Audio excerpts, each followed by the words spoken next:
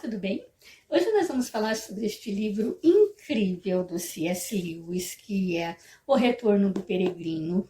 Eu tenho aqui nessa edição maravilhosa, como sempre, da Thomas Nelson, como vocês podem ver, né? Tem todas as texturas, tem arabescos, né? Seguem sempre o mesmo padrãozinho, a lateral pintada, uma cor muito bonita, bem forte, bem vivo. Na estante fica uma beleza, então essa aqui é uma coleção belíssima mesmo da Thomas Nelson.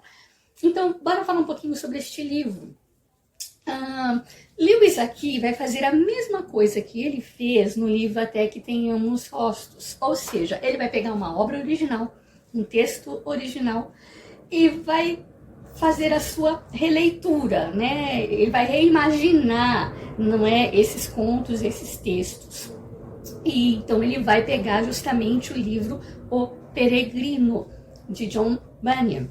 E, gente, este livro, O Peregrino, ele é simplesmente o livro mais vendido, mais traduzido no mundo depois da Bíblia. Ou seja, quem é que não conhece essa história, ou pelo menos que nunca ouviu falar, né, no livro O Peregrino? Então, vamos falar primeiro um pouquinho sobre a obra, sobre o Peregrino, né?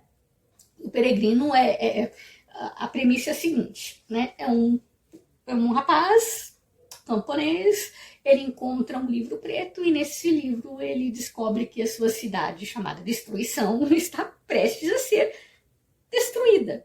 E ninguém acredita nele e ele precisa fugir dessa destruição e nem a própria esposa acredita nele. O que ele vai fazer então para fugir da destruição que está prestes a vir sobre aquela cidade? Ele põe a sua mochilinha nas costas e parte em uma longa jornada rumo à cidade celestial. E ali, gente, ele vai encontrar todo tipo de personagens, né, de pessoas. Ele vai encontrar o desânimo, mas ele vai encontrar também a esperança, né, a virtude, ou seja, ele vai encontrar personagens que vão atrapalhar e personagens que vão ajudar, alguns personagens que vão ficando no meio do caminho, e a gente vai entender o porquê, não é, que não aguentaram ali chegar, não é, até o final ali da jornada. Então, assim, e no meio desse caminho, ele vai aprendendo muitas coisas, ele vai crescendo, e em um dado momento ele tem, sabe, aquele fardo que ele levou, na verdade é um fardo, são os pecados dele, os cuidados desse mundo. Em um dado momento ele joga tudo isso ali aos pés da cruz.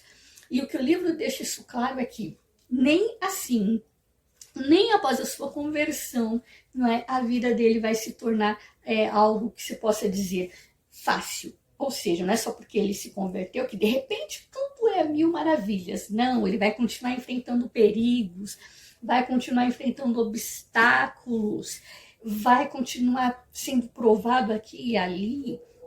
E ele vai ter que vencer esses obstáculos, inclusive o último inimigo a ser vencido, que é a própria morte.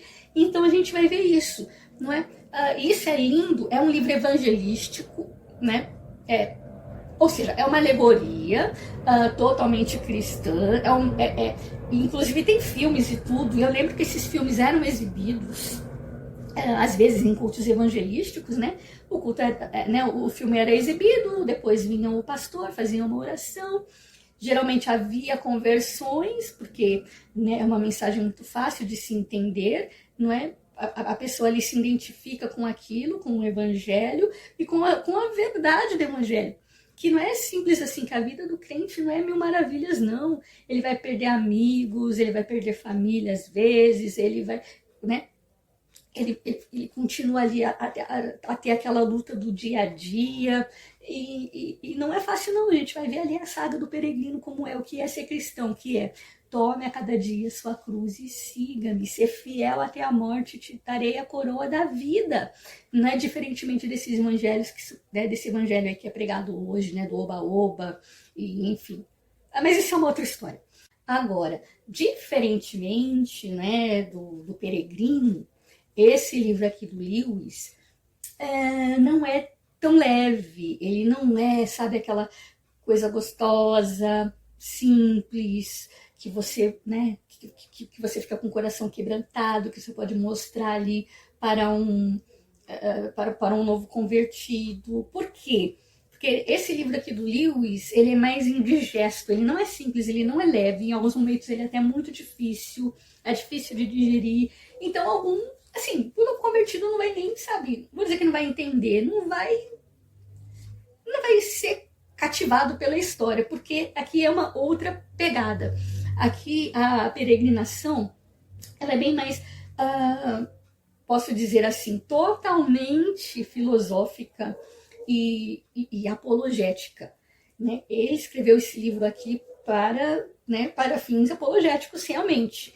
E os personagens que ele vai encontrar aqui, que o nosso protagonista vai encontrar, da mesma forma, também vão encontrar personagens que vão ajudar, outros que vão querer atrapalhar, e essa coisa toda, tirar o foco do nosso protagonista, enfim. Eu não vou falar muito sobre a história, mas assim, só para vocês terem uma ideia. As pessoas que o protagonista vai encontrar, iluminismo, né? E ali vai ter altos debates filosóficos ali, e teológicos e tudo mais. Deixa eu só olhar algumas coisas aqui para vocês. Outros personagens que ele vai encontrar também, ele vai encontrar no meio do caminho grandes pensadores da época, né? Aqui, ó. Karl Marx, Herbert Spencer, Benedito Spinoza, Rudolf Steiner, Immanuel Kant, Bernard Bosanquet. Gente, né? Só top aqui, só filósofos e tudo mais, né? E eles são personagens aqui da história, né? Que o nosso protagonista vai encontrar e vai discutir e vai debater. Então, uma das coisas que eu percebo que há discussão aqui neste livro é: por que obedecer a Deus?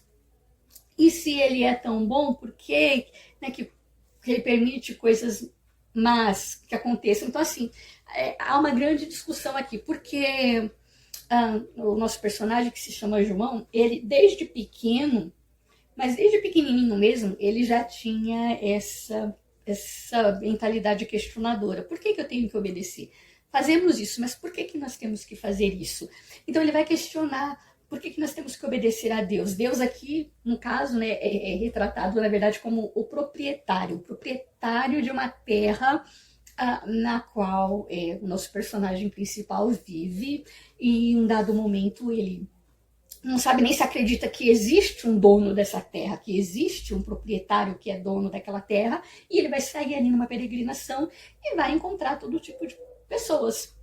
E vai entender realmente quem é o dono, porque, né, quão amorosamente esse dono permite que eles morem ali, e tudo que esse dono pede é obediência. Então ele vai sair pelo mundo conhecendo personagens e questionando, né, tudo.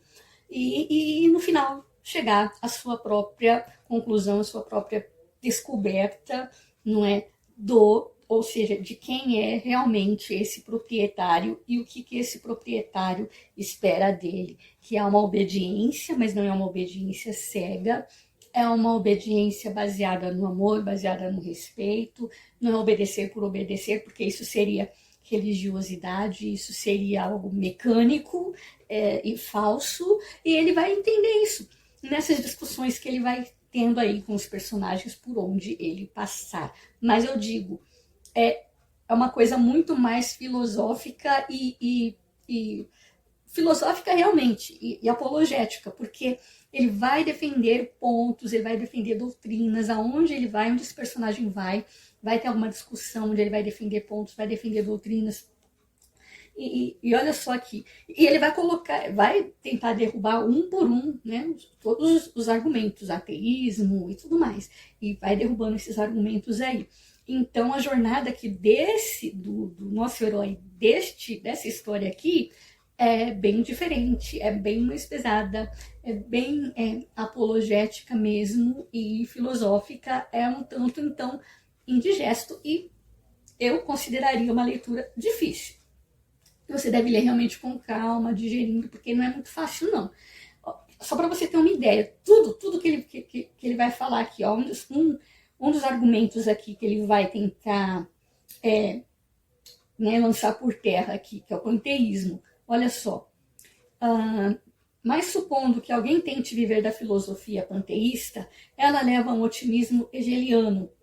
ela leva um otimismo hegeliano enfatuado ou ao pessimismo e autotortura oriental? O ajuste entre as duas visões parece impossível. E aí aqui tem uma nota de rodapé que vai explicar o que é o monismo, né? Monismo é a doutrina de que tudo no universo deriva de uma única fonte, de modo que nenhuma distinção essencial pode ser feita entre Deus e a natureza. É a contrapartida filosófica do panteísmo, né? E enfim, e por aí vai.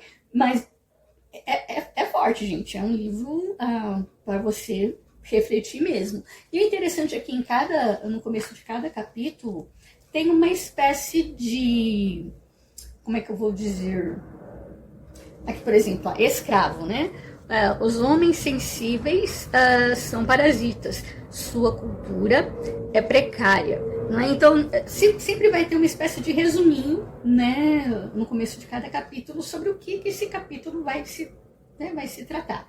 Mas, assim, resumo bem resumido mesmo, né, sobre o que vai falar. Então, você já sabe mais ou menos ali o que ele, né, quer passar para nós.